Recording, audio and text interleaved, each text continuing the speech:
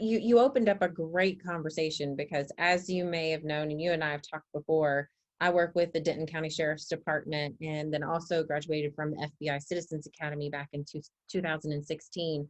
And listening to both those folks on the sex trafficking side and child abduction and missing kiddos, and then the white van, I try to educate and help people understand that yes, the white van is still there, but it's a different way that they get those kids into the van.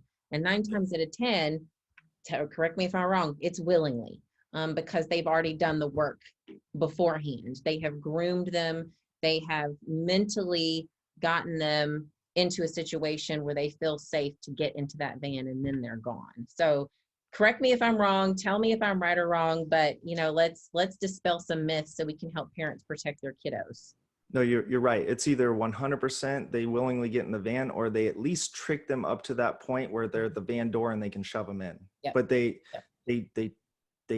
groom them to some extent, and I remember growing up in the 80s, I was one of those kids on a leash at the mall.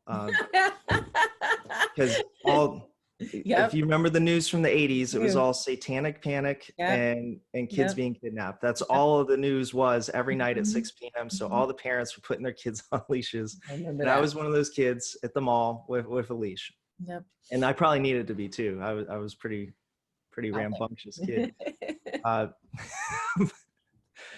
But the white van now, it's things like we see people pretending to be children on online gaming, for instance. Yep. That's something we see all the time. Even not when we're working our for-profit, we've run into that. On the for-profit side, we have run into that too, where we are working a case completely separate, and then I hear something in the background while I'm in somebody's house. Mm-hmm. I go, hey, what did that person just say to your kid? Mm-hmm. Do you know who that is? Right. That sounds like a voice changer. I don't think that's really a 12-year-old. I think that's an adult. And we run the IP address and we do all this stuff. And sure enough, it's some 45-year-old guy in Washington.